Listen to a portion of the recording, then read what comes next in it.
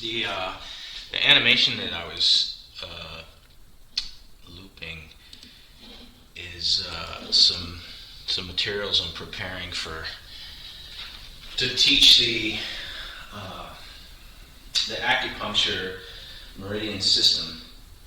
My plan is to teach something rather basic, as sort of an introduction to the acupuncture system. It's what TC taught me. Something that you can use for, how's the volume? Everything's okay?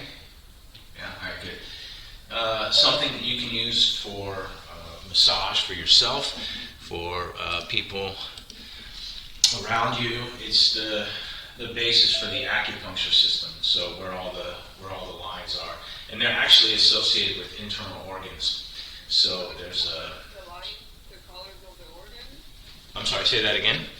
Are the colors of the lines correlated with the colors of the organs?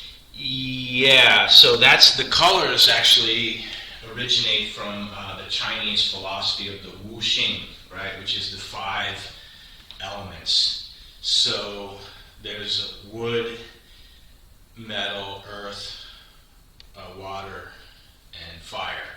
So there's the Wuxing. Learning the 5 elements is important because there's 2 different styles of acupuncture that I've been exposed to, 3, and 2 of them are based off of the Wuxing. So as a very basic example, the water element is represented by the kidneys and the bladder, right? So these processing water, and then the earth element is like the stomach, spleen, pancreas complex, which is digestion. So some of them that's a little more obvious. There's other ones less obvious. The lungs are associated with metal. What that is, not so certain. But what that means, there's an ordering. And so those colors, they're sort of representative in a grouping. And my plan is to go through the basic 12 meridians and explain sort of how they relate to the organs, and yeah, how that's all connected. So, all right, seems like if you're just getting in, getting set up, that's fine. We're actually just getting started. So that'll be in the future, and I don't know if I'm going to do those as live classes where people can ask questions, or I don't know if we'll do that. If I'll make those as sort of offline workshops and make them available on the YouTube channel and the website. But I think it will be 5 1-hour sessions, right, to go over each of the groupings. So we'll spend an hour talking about the wood idea and the wuxing and how it affects the liver and the gallbladder and what those meridians are, and sort of how they affect the temperament of the body and how we can use them, how to massage them, what some of the main points are, the starting point, the ending point. There's a color that's associated with it, green for wood. There's a sound that's associated with it. So we'll review a whole bunch of that stuff sort of in chunks. I think the basic idea is 5 1-hour sessions. Like I said, do we do it as a class? Do I do it online? Let's find out. So in the meantime, let's do Tai Chi for everybody that's here and set up. Allow your feet to touch in the center. Bring your head top up to the highest point. Relax your shoulders. Bring your hands together in the center. And feel your feet on the ground. And feel your head top in the air, pushing up. So that there's a yin and yang happening inside of your body. By the way, this posture, the name for it in Mandarin is He Tai Chi. And this is, if you've taken my class, especially at the Y or other places, I'll say this is not any type of spiritual or religious posture. You can make it that way if you like. This is something to illustrate structure. The power in Tai Chi is coming from the structure. So some people don't like to stand with the hands folded in the front. Maybe it's something. If that's the case, a more traditional Chinese martial arts posture is leaving the hands to the side. And we can do this as well. We can make an energetic connection between the hands and the legs this way. We have all the same ideas involved. So whether you like to stand in like a Zhongding, Wuji type stance, or whether you like to use He Tai Chi to achieve the Zhongding, the center equilibrium, either way is fine.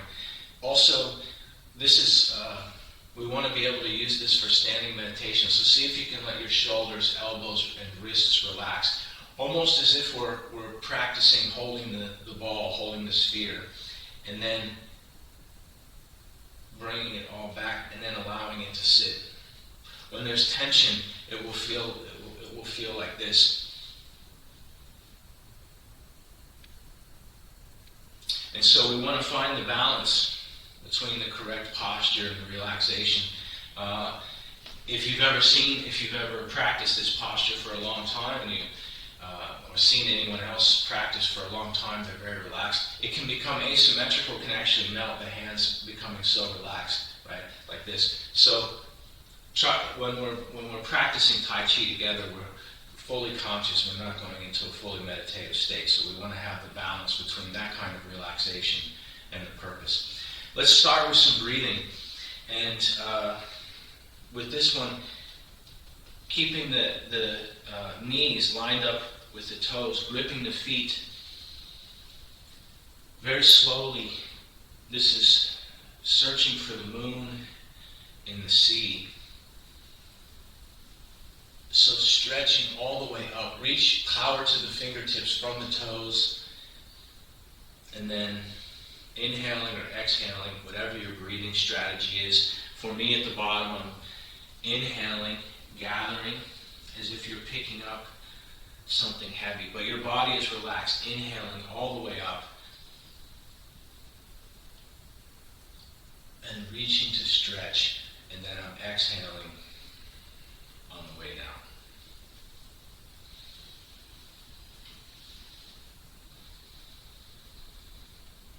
So we're starting slow. We'll increase the speed in a little bit.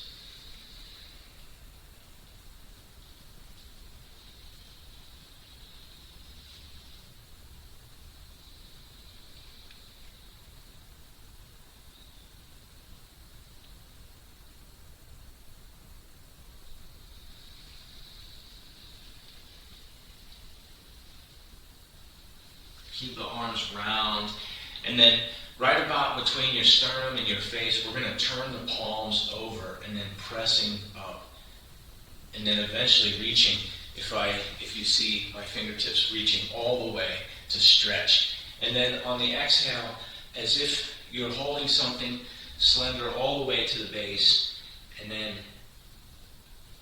reaching, circling around the moon, and then getting your palms underneath the moon, put the moon in the sky, and then pressing the fingertips up, and then forward.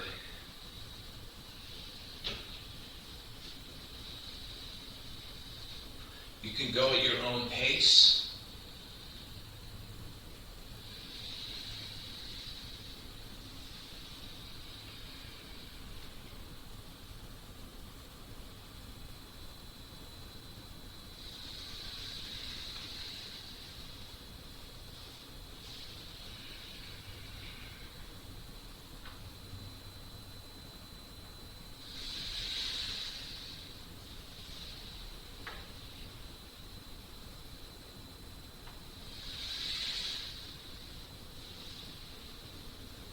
So try to keep all the same Tai Chi ideas. I want to try to keep my back straight, even though I'm sinking, keeping my neck straight. And the same thing, while my body is moving, it's relaxed. So I'm not using a lot of power. We can. But for now, it's breathing, inflating. Imagine every time taking in more air. like when you go to the sink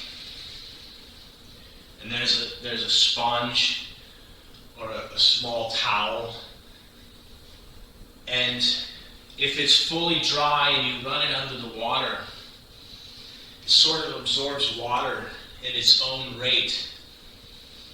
And if you're intrepid or if you're in a hurry, you start squeezing the sponge or the towel to somehow get it to absorb more water. So the same thing with every breathing, we're expanding. Inhale all the way. And then when you exhale, it's just relaxed. We don't have to wring all of the water out of the sponge to get it to expand more.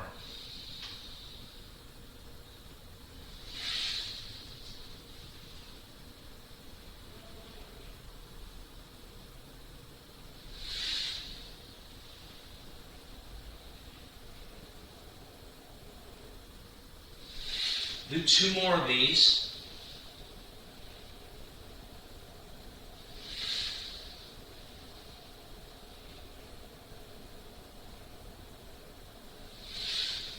And then come back to the center. Bring your feet together. Bring your hands together. And then if you move your mind to the center, your body will auto-calibrate. And we're going to do the same exercise. Except this time we're going to change it by, this is a variation. The one that we just did is from Bagua. And it has a name that we have in the Tai Chi form. In the second section, we have something, monk scoops the moon from the ocean. This kick, right? This one, scooping through the center kick.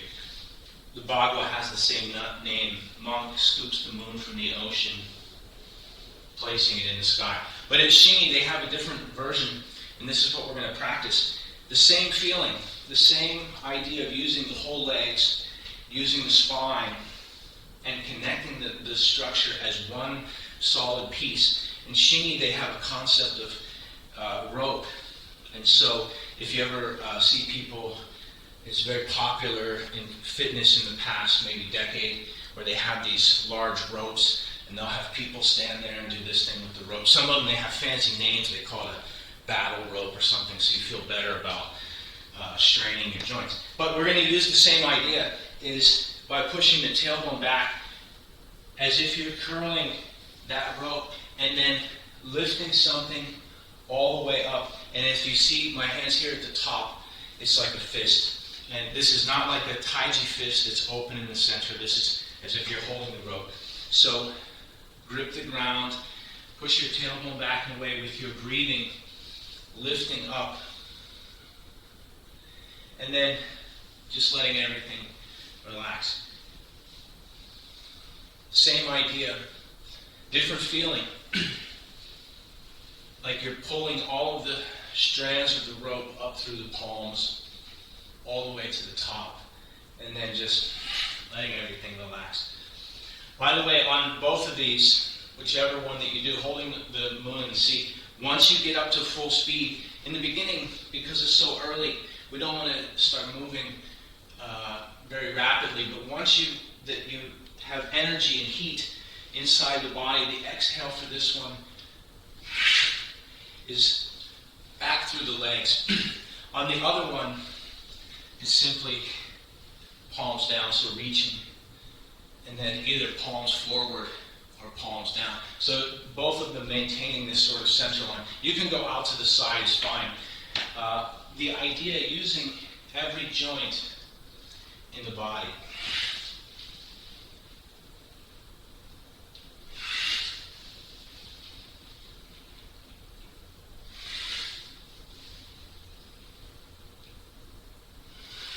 So by the way, I can't see, because of the camera angle, I want you to be sure that you're keeping, when we do the first and second part of this, when we're sinking down, don't let your knee go past the toe. So that means my tailbone has to go back in a way. I'm turning. so that you can see. So this sitting back. If this goes in front of the knee goes in front, this part becomes a cantilever.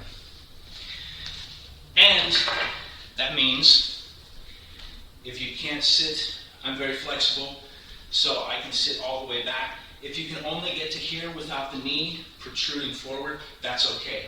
And you can use a wall, you can use a stick, you can use your vision. Only sink as low as you can do it correctly. Do a few more of these. And then also, try to keep the knees in line from here. Try not to let them go out this way or turning in. For this particular one, my knees and feet and hips staying lined up.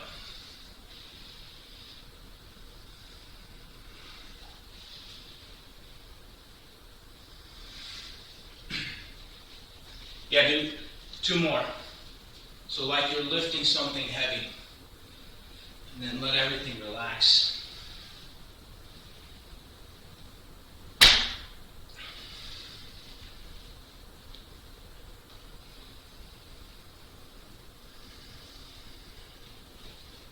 All right, take a deep breath. Bring your feet, hands, mind, everything back to the center. And then we're going to use this as a stretch. So I want you to be very sensitive of your knees. I want you to feel your knees because we're going to turn. And so if you have a difficult time turning the waist, it means the leg will turn this way. And that's okay until you feel stress on the knee, at which point you need to release the heel and then turn. And then come back to the center. Grip the ground. Hold the center, the split, the waist, the yow in place for as long as you can. And then protect the knees, turning.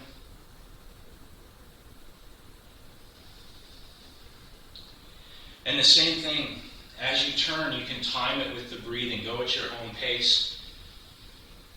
Inhaling fully on the turn.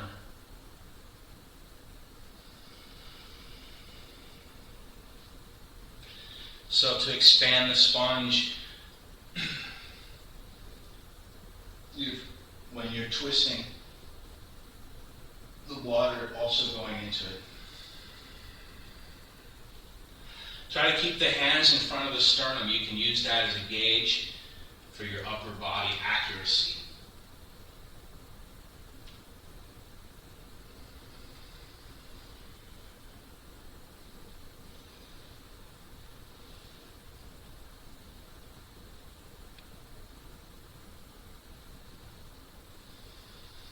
Remember, you're looking through the turn, through the rotation to extend a little further.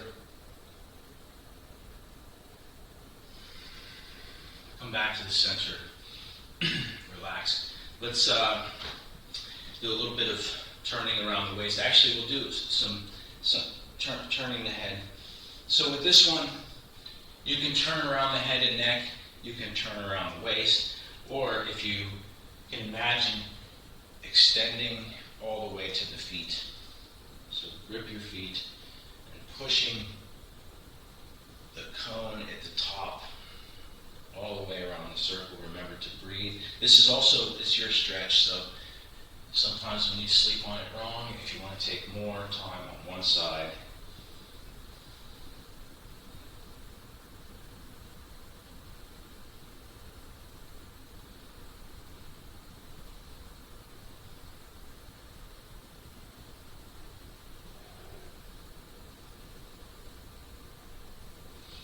and then when you come back to the center,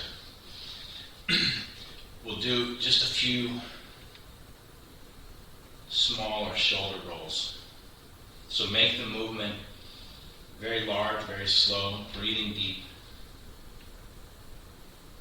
And you can imagine, as another piece of practice, imagine the last time we worked together on Wednesday, we talked about the teacup exercise. So when you turn this circle, you can imagine a teacup coffee cup, something on your shoulder filled with liquid, your favorite drink, and then you don't want to spill any of it.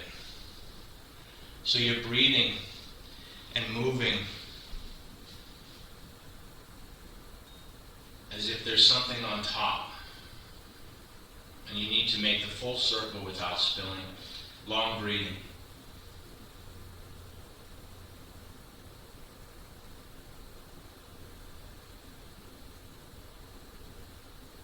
Make sure your shoulders are level.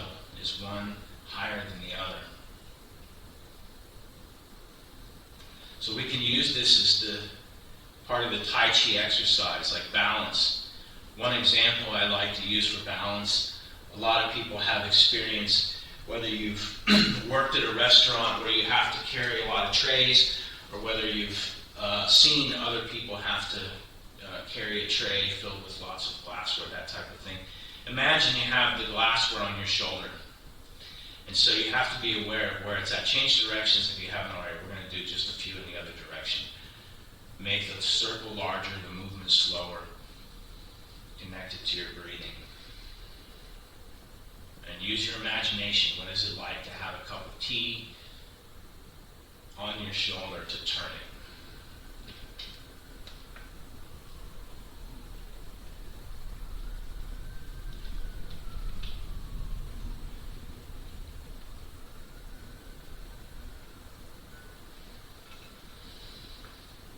So breathing.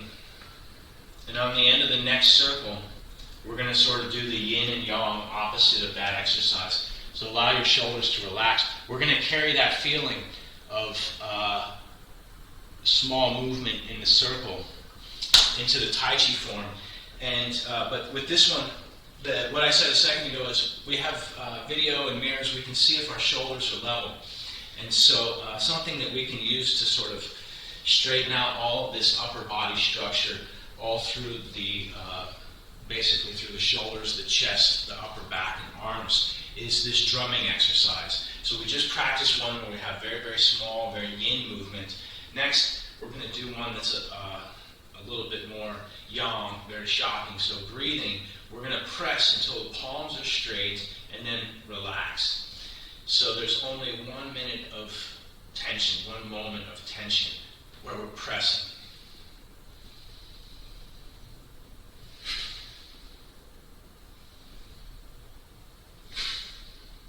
So we can also use this as part of the Tai Chi practice for Fa Jing, for practicing making energy, making power. And so like one continuous build-up. Don't wait for here and then push. Imagine like a second ago, we're pulling the rope all the way up. There's power to my fingertips all the way through. And my palms are already pressing as if I'm squeezing together from here and pressing with power. So keep your upper body straight. Your spine has to be straight. And you don't want the rebound to go into the head top. So like you're coiling my arms, like your arms are making torque the whole time. It just looks like it's very relaxed from the outside, but you want to feel on the inside there's power.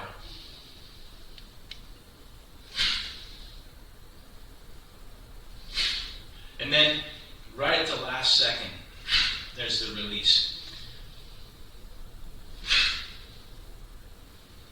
And so you can time it with the exhale. You don't have to. You can make the same power just by, and we're pushing with the heel of the palm. So at the base, as if my palms are flat, pressing this way. And then we're going to do another one, which is the same thing, but keeping the wrists more in the same place and bouncing from the center.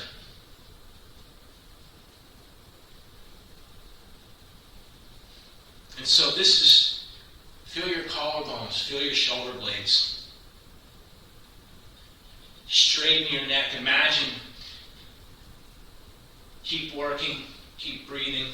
Imagine that when you sleep on your neck incorrectly, it's all scrunched. And by this bouncing, as long as we keep power to the head top, we can allow the vertebrae and the cartilage to expand to their correct shape.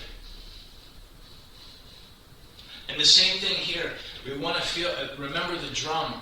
So we can do just leaving everything relaxed down here, but I want you to feel this round shape. So even though it's relaxed, there's a little bit of structure through here as well. And then the fingertips completely relaxed.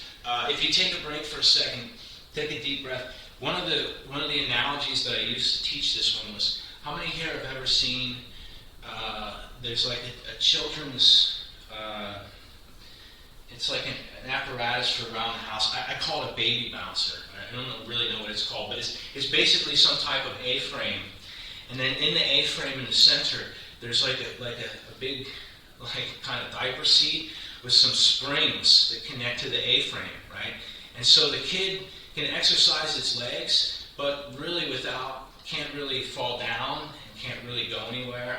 Does anyone know what this thing is called? What these things are, or whatever? I call baby bouncer. I don't know if there's another name for it. But that's what I want you to imagine, is that from your feet, from your toes, there's power to the toes. They don't have to be gripping the ground, but they're active. There's chi going to the toes. And that comes all the way up to the shoulders and the head top. And that's the top of that A-frame. And then your dantian, this center, this belly, is like the bouncer, the baby bouncer in the center. And then the hands, we can just sort of add those in. So I'm standing here because I'm higher up in the building, and I have people underneath me, and if I bounce, I don't want to disturb my neighbors. So just where you can bounce freely, try to keep your A-frame structure as stable as you can while getting as much movement in the dantian and past the palms as you can as well. So long breathing.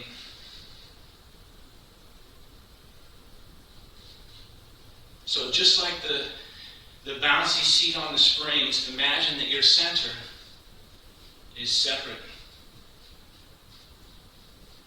And we can use that idea of separation from the center when we play push hands, because I can move even though I keep my hand here, maybe I have an opponent or weapon is braced here, I can move my center in behind it. I can start to retreat. I can turn it. I can bring power up this way by maintaining this structure. So opening the center.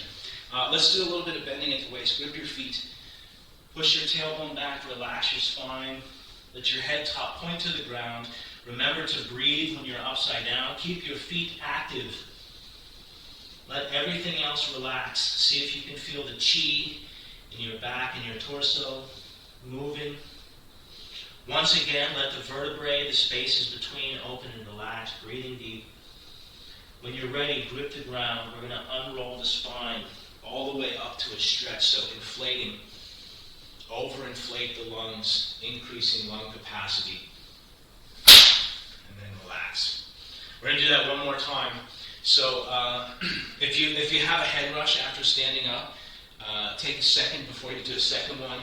Just take a breath or two. And the same thing, by the way, for people with vertigo, or if you get head rush, or if you stand up too quickly, one very basic acupuncture idea is to move the chi back down to the bottom of the body, so gripping the feet. I knew somebody that had vertigo, and the prescription was when they're standing up or when they're experiencing that, if they can get near a couch someplace where they can squat, because it puts all the energy down to the bottom. So the same thing, let's practice balancing the chi. Grip the feet, push the tailbone away, relax the upper half. Expand your spine. Truly let your head relax.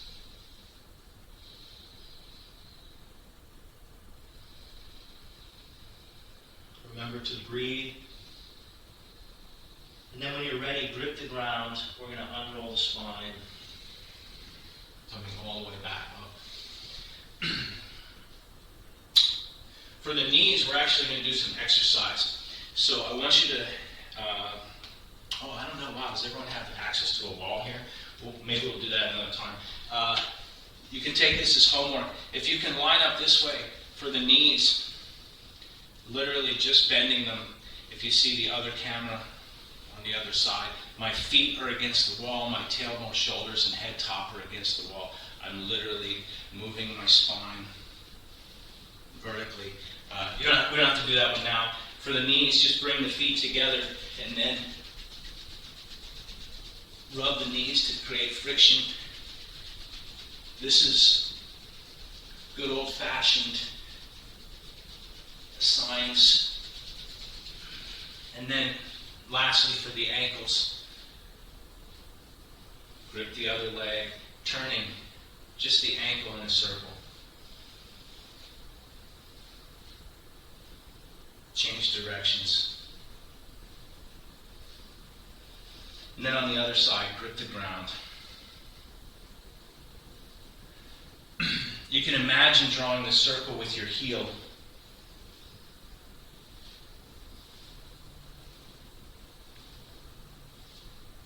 If you haven't changed directions, change directions already. All right, so we're going to do the first and second section of the form. And then we're going to come back and look at something from the second section in regard to flow. I want to talk about something that's it's pretty vital, and we should be aware of it. When we're practicing Tai Chi, the form really isn't that important. The ordering of the postures, or how one teacher does the postures this way or that way, is only important to people that are actually trying to keep track of that sort of thing.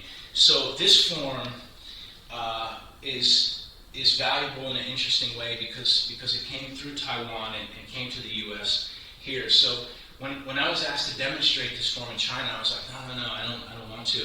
And the thing that convinced me is my teacher said, the judges will be interested to see what happened to it and how it's grown. So the form isn't really that important. You can study a lot of different styles, and we can look at a lot of different ways to do things. The important things are the Tai Chi principles. So when we talk about the feet touching the head top, the shoulders, the hands together in the center, and then what's happening in the crown chakra, the energy going up, having the brow relaxed and the eyebrows also relaxed, having the vision open.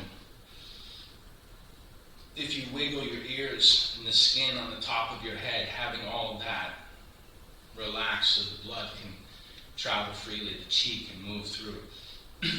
Nostrils and sinuses are open. The tongue is connected to the upper palate. We don't talk about this too much, but the teeth are resting on top of each other gently. We don't want them pushing, and we don't want there to be a space. This is also the same for those of you interested in the martial arts. When we're boxing, the teeth are touching, right? We have them connected. That way, if we get hit, there's no distance for them to travel. The jaw is relaxed. You should feel saliva generated in your mouth. The chin is pushed back. Ears are lined up with the shoulders. The shoulders are in the correct place, not too forward, not too far back. And also, there's a certain degree of angle. I refer to it as 23 degrees. I need to actually go in and make a real anatomical measurement of it. My teacher says, Master Su says, she can't wear a backpack. She says when your body is lined up in the correct way, your collarbones will sit at an angle where the backpack will slide off. So this is something we can work to structurally. The chest is hollow. I describe it as hollow because the version of the Tai Chi Classics describes it that way. Master Yun says, imagine a tunnel that goes from the center to the back, and that the chi can move through this way, or moving down. We're using the center to support. The tailbone is both relaxed and expanded and sitting in the correct place, pointing all the way to the toes. The insides of the hips are folded. There's a bend in the knee. We don't want to have them locked. So there's the correct relaxation. The ankles should feel expanded. They shouldn't be collapsing. There's palm in the ankles. The heel is pulling forward. The outsides of the feet are turning in, and the fronts of the feet are pulling backwards so that the whole foot is active. And then we want to try to maintain all of those ideas using as little energy and as much relaxation as possible. So can you keep the same shape in your foot, but then relax the muscles, relax the tendons? Can you relax your calves? but still have the same shape in your legs. Relax your thighs, the glutes. Even here in the center, the power of the chi is still there, but we don't have to use the muscle or the tendon. Moving our way up, can you relax your shoulders to sink even more? But keeping the neck straight. The same thing, can you let all of the skin on your head top relax, but there's power still to the top. So we use the Tai Chi form as a vehicle to practice all of these ideas. It just so happens it's self-defense. So if we have grasp, the sparrow's tail, at any point here, I want to be able to check, is my head top up, my shoulders relaxed, this round shape in the arms, which we find in Tai Chi Harmony. We can look at this posture, right? Many Qigong Tai Chi masters practicing in this one. TC's version is compressed. We have the same circle. We actually use the circle at the wrists. Power still going to the fingertips. So let's do Tai Chi, keeping the principles in mind. Breathing deep, we're going to open the feet shoulder width wide. Extending the arms. And then holding the circle, breathing. This is right, grasp the sparrow's tail. Square step forward, left ward off. Continuous motion, breathing, left grasp the sparrow's tail. Step forward, ward off. Roll back. Press to the center. Push. The palms are connected with energy.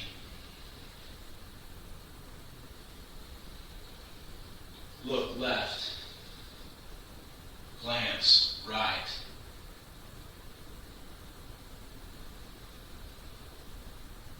Double press. Split. Hook, square step forward. Hands and feet moving at the same time. Single whip. Turning. Split. Square step. This is lift hands to up posture. Turning 90 degrees. This is crane, opening the wings. So wei pi pa. Press to the center, square step back. Still facing forward. Crane, opening the wings, number 2. Like playing a harp, right? The strings go right down the center line. Press to the center.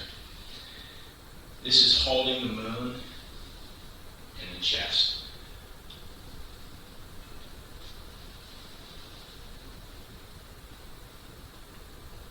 Ban Lan Shui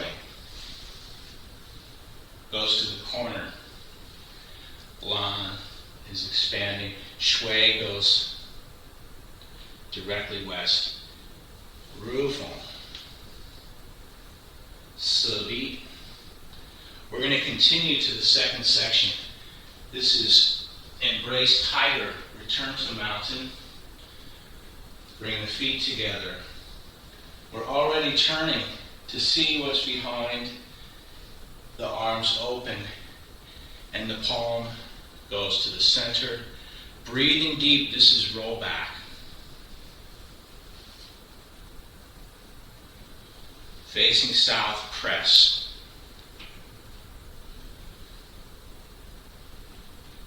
Push. Look left. Glance right. Double press. Horizontal. Split hands. The owl show is hooked. We're still facing east. Turn back to look at the moon. In ballet, the footwork is called fifth position. Left hand covers.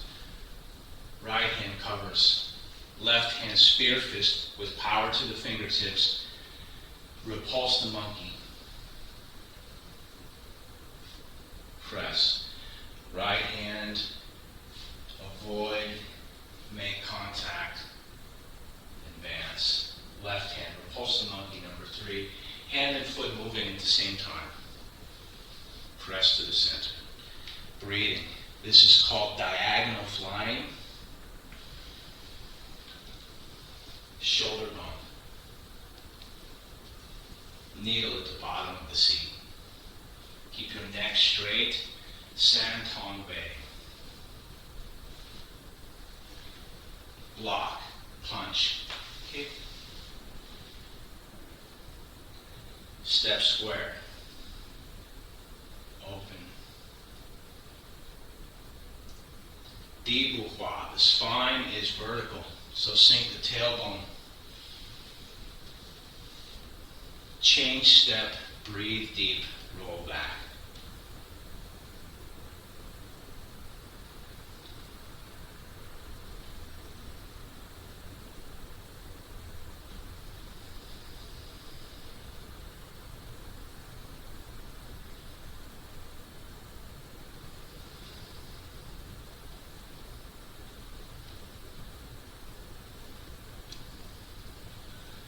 Horizontal split. Hook. This is side whip. Plow hands. Press right. Step and press left. Breathing. Press right. Step and press left. One more on each side.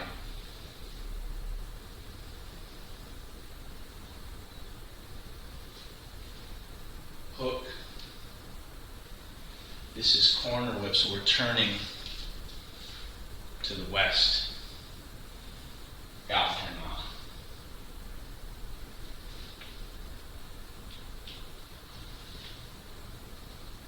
Turning south, Gao Tian Ma, number 2. Turning east, scoop, brush, press. Brush knee, grip the ground. Ravens, C-step, palm press. Brush knee, straight step, punch. Rock step, turning 180. Block, punch, kick. Square step 1, lan. Square step 2, punch. Zhou Hua.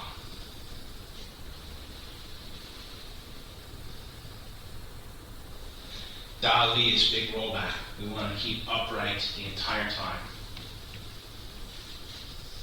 Embrace a tiger. Another rollback. Embrace a tiger. Scoop the moon from the ocean. Left foot's behind the right. Kick. Rush.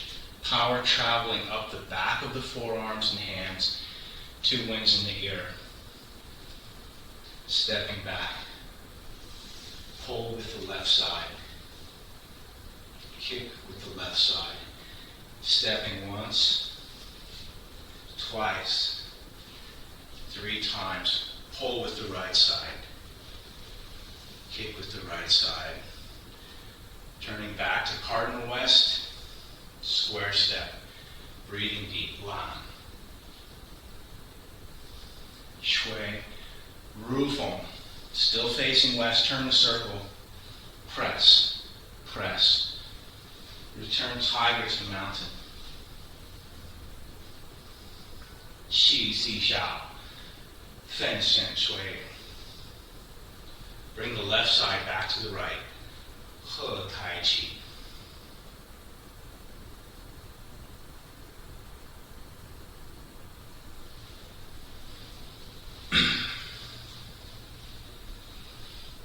You feel feel warm, do some breathing. So either one of two things. Imagine compressing all that energy to the Dantian here. Or imagine whatever it's at, whatever it's doing, dispersing it through your whole body like a cloud, fog, like an even fog that goes from the toes to the fingertips, from the head top to the tail bottom. One way or the other, either shrinking it to one point or expanding it to all points.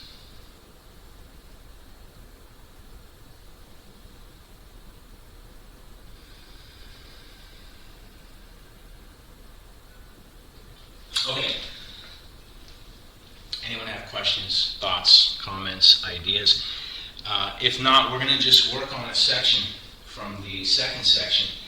After needle to the bottom of the C, this one, when we turn, we have block, punch, kick, open, punch, di bu hua, shank bu li. So that section there's quite a bit of turning in it.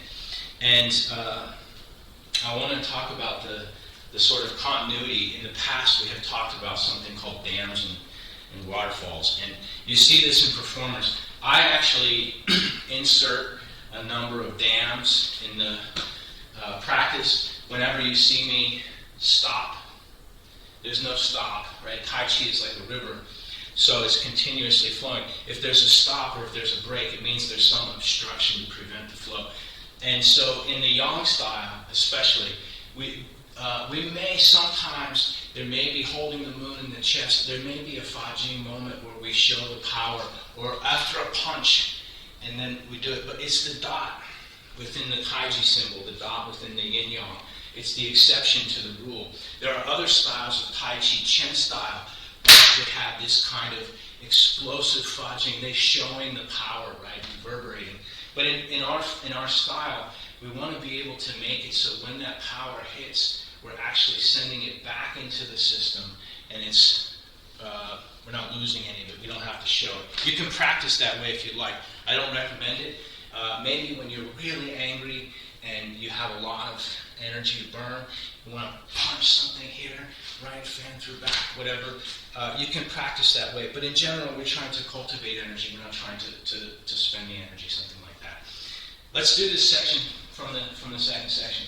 So if we do from needle at the bottom of the C, if I face, by the way, needle at the bottom of the C, everybody wants to do this thing where they going all the way down and touching the finger to the ground. If you watch, I'll use a cheater bar here. If you watch some performers, they do a pistol squat, and they're doing needle at the bottom of the C all the way down and doing this. We don't have to do that. Right? Protect your knees, protect your body. Keep your back straight, and only go as low as you can go, keeping all of this in the correct. And then when we come up, we're stepping forward. We're going to turn 180, covering whatever's in front of us. Block, punch, kick. Stepping square, open. Punch, and then still looking forward. This is all leg work. Di bu hua. Change step. So now we're just going to repeat that section for another 10 minutes. So from needle at the bottom of the C, from here, going forward, San Tong Bei, turn, block, punch and kick, step square, open, focus, power, Di bu hua, Sheng bu. From needle at the bottom of the C, I'll turn in a different direction, I'll face this way. Needle at the bottom of the C, San Tong Bei, block, punch, kick, lan, shui, di bu hua. Turning back, needle at the bottom of the C, facing in this direction. You can face any direction you like. I'm simply changing so that you can see different angles of fan through back, block, punch, kick, lan, shui, di pouvoir. From needle at the bottom of the sea. After we have San Tombe, I'm turning my whole body. This is part of the flow that we're talking about. My feet already pointing the other direction. Square step, open. So you can almost imagine drawing a line with your palm that comes up and it turns and keeps turning. So if you're using your right hand to do this one, once we have needle at the bottom of the sea, the right hand doesn't stop moving the whole time.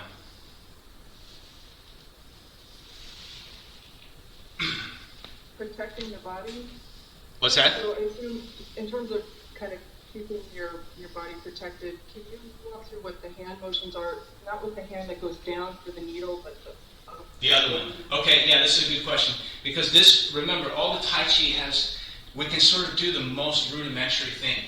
Fold knees down, the most rudimentary is we've done a punch. Someone has attached to our arm, and we want to use that attach point to drop their whole center. So I connect this power to my center here.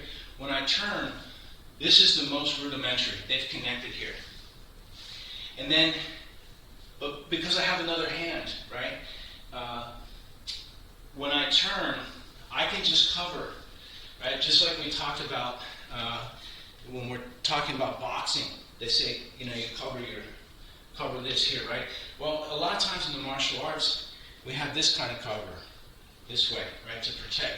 So the same, if somebody's grabbing my wrist, and I like to use that attach point like the end of an anchor, and I want to sink this way, I can protect my upper body here by doing this. And so, by the way, remember the accurate footwork. This one is a square. And so if I have my feet shoulder width wide and shoulder width deep, I can turn, and then it's here. So the extended one, after I do the punch, is assuming there's something else, the opponent is proficient, and so I'm using this kind of from the sight, from the punch, I'm having it turn to end up there. So I'm making a circle. So what it looks like is if I punch, the one way is just sinking. One is yin-yang. This one comes up to cover, this one goes down here, and then I come up to roll back. The other one is after I've done the punch, this one turns to here. And we may use that for a strike. It may be a block, right? It depends on how much time, what kind of dynamic is happening, if there's power coming. If we're not really that worried, we may just put the hand here. But if it's something where we're moving, right? Somebody has grabbed. If I have the time, I have this other function with the turn, right? So let's actually practice that. If you're facing what we're calling east, and you have a standard Tai Chi punch, we have this hand here. Just keep the front knee in place. Sink your tailbone, keep your spine straight, looking forward, and then just changing from the punch, fold knees, back, changing. So this is a good leg workout, breathing, keeping that front leg in line. Don't let it go forward this way. And then we can also, from this front leg going parallel here, this leg can come in. And this is sort of the more advanced stepping, is by sinking the kneecap right into this corner.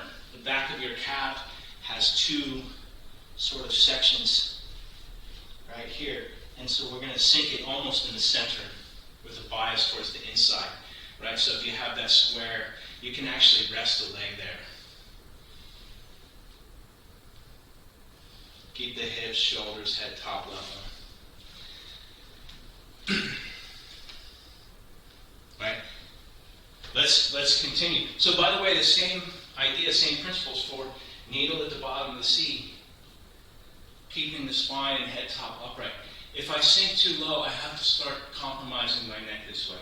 So just for day-to-day use, you don't have to go all the way into a pistol squat, right? Too much breathing. Block.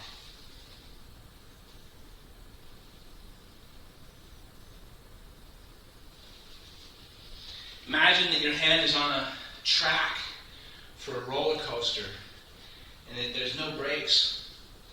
So it comes up and it turns, goes under for a loop, comes back and around for a loop, punches forward, and then twists down. Right? Let's face a different direction. What if I go this way?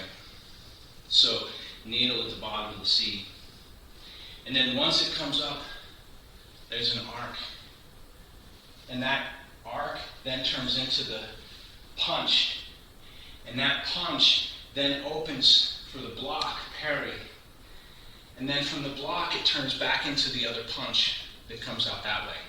Right? So it's continuously moving in space, and it changes its function between yin and yang based on what the posture is. So at the very beginning, if we start from Tai Chi Harmony and we just use these two postures, the first movement is we're either moving something out of the way or blocking, depending on how it changes.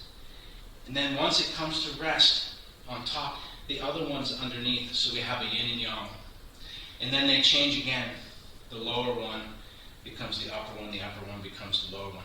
And this, while it all sounds fancy and theoretical, Tai Chi theory, all this other stuff, it's very simple. Just like a checkerboard, black-white. Just like walking, left and right. So the same thing, if the one hand is low, it becomes high. If it was here, it's maybe blocking. While it's blocking is yang, right? It turns to a yin blocking while the other hand turns yang, right? Moving forward. And then the same when we're turning here, this can block. And so it's blocking one thing, the other hand is blocking, and so as this one now turns to the block, this one turns to the strike.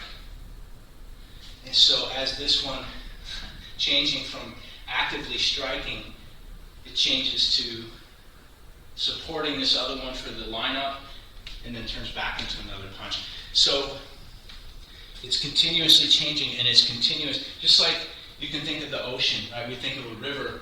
If you've ever been on a river, there's movement, but there's movement within the movement, right? There's a small wave. There's small swells within the swells. Let's do this 3 more times. Actually, it's actually time. It's 9:30. Before we continue, questions, thoughts, comments, we're just going to do a little bit of breathing. So yeah, by the way, yeah, go ahead. I remember a concept from physics class, which was the question of how long does the ball stay at the top of the arc if you throw up a ball? How long does it stay at zero velocity? And it's an infinitesimally small amount of time. So it's practically zero. But it's there for just a second, just an infinitesimally small amount of time. I wonder if that is the ideal barrier between one move and the next.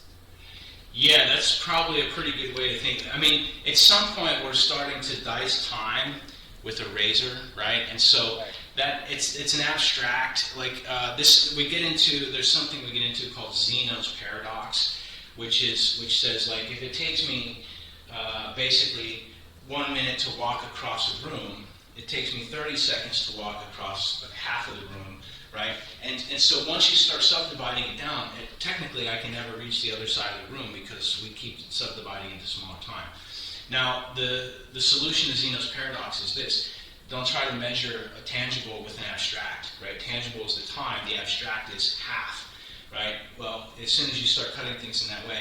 So, yeah, there's a flow.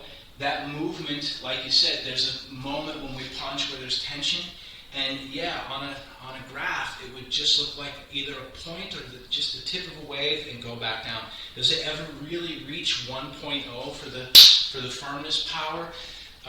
For Tai Chi, we only really want it to reach 99.99% because what is the 1.0? It actually turns to physical diamond. The carbon, conforms to some certain thing. Maybe it can't turn back. Who knows? So the idea is to try to find what that limit is and then approach it. What is it to approach that limit? This is like Tai Chi theory. So let's do a little bit of breathing. Just very basic one. Gathering the air and then just allowing it to go into the center.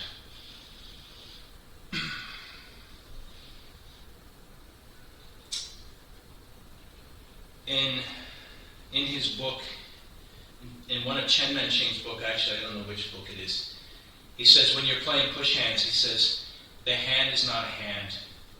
He says the body is a hand. So when the other person is pushing on you, instead of trying to use your hands to defend yourself, your whole body is the hand to both receive and send stuff out. In the same idea, I was talking to this one time with Gene, for those of you that practice with Gene.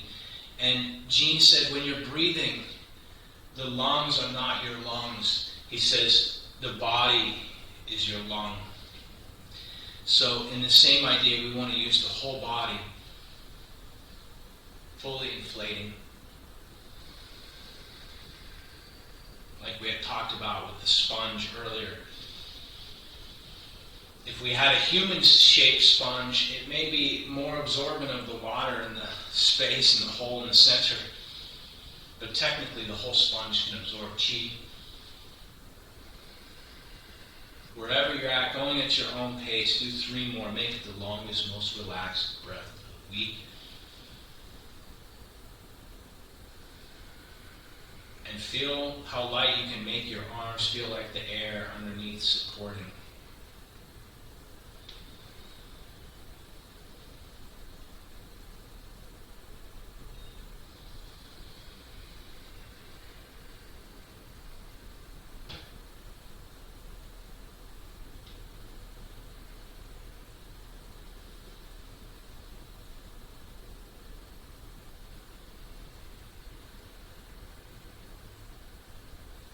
Bring everything back to the center.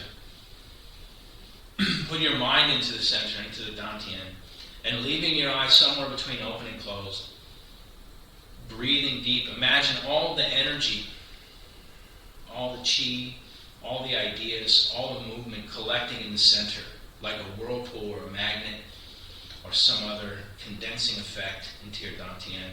Looking at your Dantian, breathing deep. Take a second to smile to yourself, looking at yourself. Take another deep breath and internally take a second to give thanks to yourself.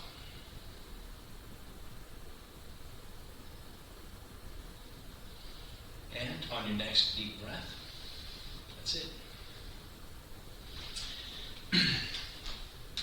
Thank you. We're a little bit over time. It's about 5 minutes past. So you can ask questions anytime, now, later, email, text. I think this Wednesday night, 7, whatever time we did this past week, 6 to 7, something like that, may work. If you have something going on during those times, by the way, same with all my classes, feel free to just come in and out as you need to. If you need to be late or go early, that's always a good thing. And just take care of your own schedule. And yeah, Mark, yes. Okay, cool. Listen, I'll see you online. Thanks. Have a great day. Great weekend. See ya. Thanks, bye.